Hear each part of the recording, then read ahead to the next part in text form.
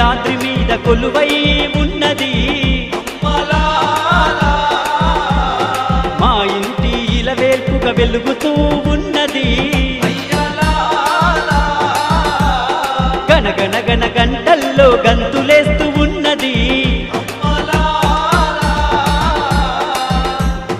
దర దర దర డప్పుల్లో దరువులేస్తూ ఉన్నది